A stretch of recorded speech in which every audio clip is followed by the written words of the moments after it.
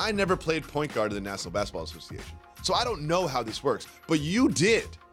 Is this something or nothing? It's something. Ooh, talk to me.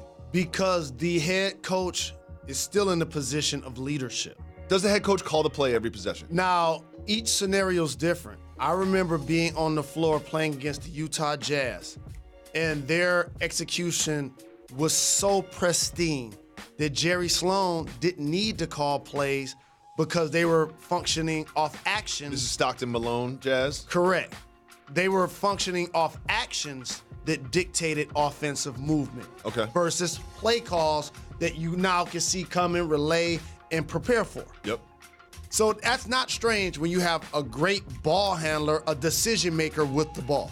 Chris Paul, Steph Curry, Russell Westbrook. But you're talking about Sloan, Stockton, Malone, who had been together for 8-9 years by the time you played against them. So that's like, they're all cohesive. LeBron James just got to Los Angeles. Correct. He doesn't have the relationship with Luke Walton that John Stockton has with Jerry Sloan. Correct. And where I'm going is the elite ball handlers, people that initiate offense for their team, it's unrealistic to expect them to look over to the sideline every time, first off. Sure. So, like, when I hear that as a former player, it's like, huh?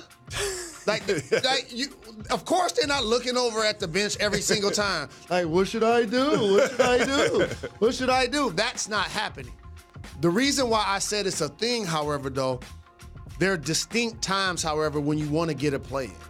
Like a team's on a run, you want to try to feature a guy to get them going. Yep. You want to try to just go over the things during the game that you actually practice, because when your squad hits a level of duress, you want them to still be able to execute.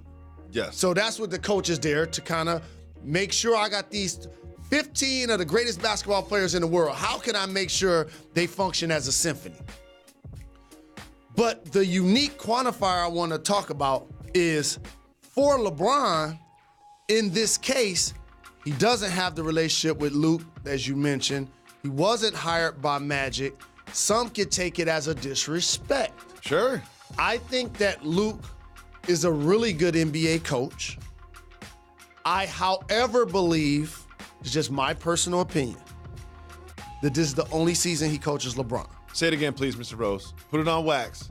I believe that Luke is a talented coach and deserves to have a job in this league for a really long time. But my instincts tell me that this will be his only season coaching LeBron James. For something else that I see that Wendy and the scouts didn't acknowledge. What's that? And when he go to the bench, he ain't talking to Luke. He talking to who I think may be his replacement. Give it to us. Brian Shaw. You think that Brian Shaw is going to be the next head coach of the Los Angeles Lakers? I believe when LeBron James shows a level of trust in you, like I saw with Ty Lue in Cleveland, that lends me to believe that if